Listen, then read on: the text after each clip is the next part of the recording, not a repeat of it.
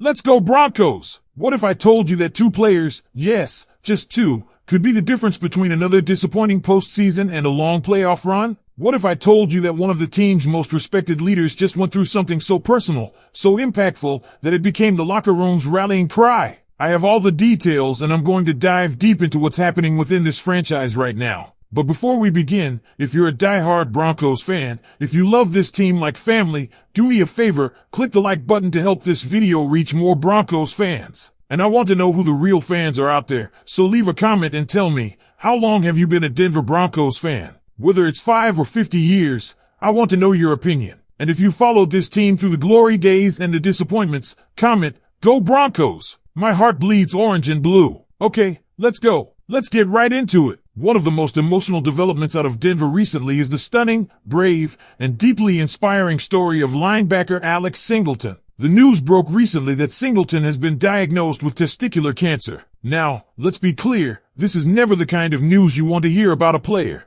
But in the face of adversity, Singleton's story has taken a powerful turn. He played in the Raiders game, racked up 9 tackles, and then underwent surgery after a random NFL drug test flagged elevated levels of HCG, a hormonal marker that led doctors to discover early signs of cancer. Singleton didn't hesitate. After speaking with his agent, his wife, and a specialist, he got in touch with the Broncos medical staff and underwent an ultrasound that confirmed the diagnosis. He's since had surgery, and by all reports, he's on the path to a full recovery. In a heartfelt statement to the fans, Singleton didn't dwell on fear or despair. Instead, he expressed gratitude for the early detection and emphasized his determination to return to the field as soon as possible. And just like that, the locker room has found its newest battle cry, "Play for Alex." Justin Strnad will have to step into that interior linebacker role alongside Dre Greenlaw, but let's be real, this team just got a shot of emotional adrenaline. Singleton's courage and presence, even from the sidelines, will be a galvanizing force. This is no longer just about football, it's about family, it's about fighting for one another.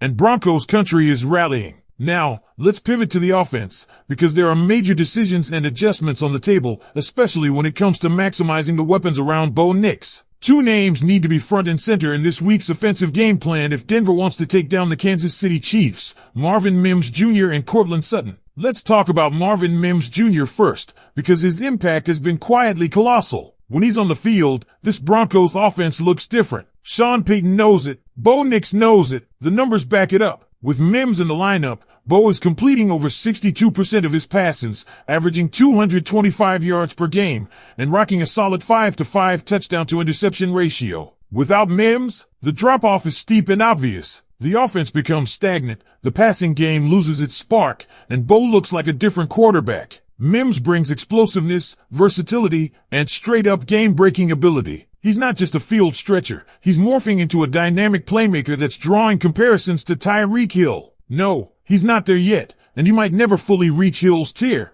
but the traits are undeniable. Quickness, vision, elite acceleration. He's also valuable on special teams, adding that extra layer of danger. The Broncos need him back, and if he suits up this week, expect sparks. Then there's Courtland Sutton. The veteran wide receiver continues to produce at a high level, but the usage has been perplexing. Despite being the team's best wideout, Sutton hasn't out-targeted Troy Franklin in any of the last 5 games. Think about that for a second. Franklin is a talented young receiver, no doubt, but Sutton is WR1. Still, Franklin's been WR24 in fantasy rankings during that stretch, while Sutton has fallen to WR48. More alarmingly, when you look at air yardage share, the number of deep, impactful throws a receiver is getting, Sutton is only getting 20%. Meanwhile, Troy Franklin is sitting at a ridiculous 50%. That means half of Bo Nix's deep balls are going to Franklin. Half. You cannot underutilize a talent like Sutton, not when he's averaging 14.5 yards per reception, already has 590 yards, and is closing in on another 1,000-yard season. And let's not forget the drops. The Broncos are 3rd in the league in drop passes. Nearly 10% of Bo's throws aren't caught. And yeah, Troy Franklin has had issues with his hands. That's a big problem, especially in tight games. If you want to keep Mahomes on the sideline and control the tempo, you need reliability. You need Sutton. You need Mims. You need smart, efficient football. The keys to beating Kansas City are clear. Start with controlling the clock. That means feeding J.K. Dobbins and R.J. Harvey, chewing up time, bleeding the clock. Keep Mahomes out of rhythm by keeping him off the field. On defense, Press those Kansas City receivers. No Patrick Sutton? That's a loss, but you have to make up for it with toughness and physicality at the line. And finally, Bo Nix. Limit his throws to around 25 to 28. Don't force him into 40-plus attempts unless it's absolutely necessary. We've seen what happens when he's asked to do too much, up and down, inconsistent performances. Let him manage the game. Play clean, efficient. Let the defense and run game do the heavy lifting. 19 completions, 200 yards, 2 touchdowns. That's a winning formula. Because here's the thing. If you believe that Marvin Mims Jr. and Courtland Sutton are the keys to unlocking the full potential of this Broncos offense, then the coaching staff has to start showing it on game day. It's not just about what we see in practice or hear in pressers. It's about what's happening when the bullets are live. And so far, the game plans haven't consistently reflected their true value, especially when it comes to Sutton. Let's zoom in on the chemistry between Bo Nix and Courtland Sutton. It hasn't vanished. When Bo targets Sutton, good things happen. The problem is, it's not happening nearly enough. Whether it's scheme, play calling, or Bo simply preferring certain reads, Sutton's been on the short end of the stick lately, and that's baffling. When you've got a guy with his size, catch radius, and ability to make contested grabs, you don't turn him into a decoy. You build your red zone packages around him. You isolate him in man coverage. You let him bully defensive backs. And don't forget, Sutton is one of the most consistent route runners on the roster. He knows how to adjust his routes, how to find space in zone coverage, and how to keep a drive alive on third down.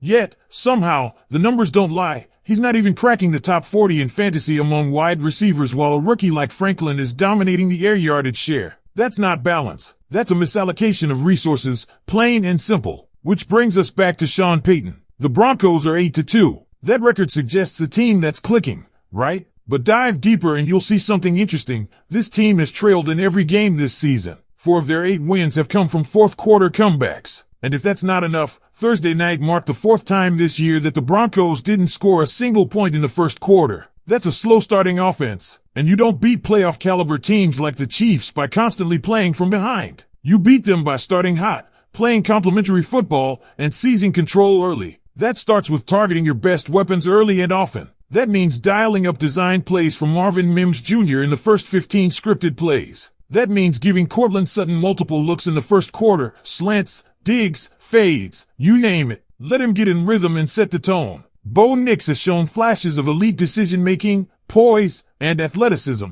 but he's still developing. It's up to Payton and the staff to insulate him with a game plan that emphasizes efficiency, not volume. That means sticking to the plan of 25 to 28 pass attempts, leaning on Dobbins and Harvey in the run game, and letting Mims and Sutton create after the catch when they do get involved. Take some shots, but pick your moments. Control the flow. Shorten the game. Beat the Chiefs by playing the kind of football they hate, slow, physical, and relentless. Defensively, it's a tall order. Without Pat Sutton, you're asking guys like Jaquan McMillian, Damari Mathis, and Fabian Moreau to step up against a receiver group that includes Rashee Rice, Marquise Hollywood Brown, and Xavier Worthy. Not to mention Travis Kelce lurking in the seams. That means your front 4 has to dominate. Zach Allen, Jonathan Cooper, Nick Benito, this is your moment. Rush with discipline, collapse the pocket, and don't give Mahomes a chance to improvise. That Super Bowl blueprint from the Eagles? That's your guide. 4-man rush. Drop 7 into coverage and force Mahomes to be patient. Make him go 12 plays down the field.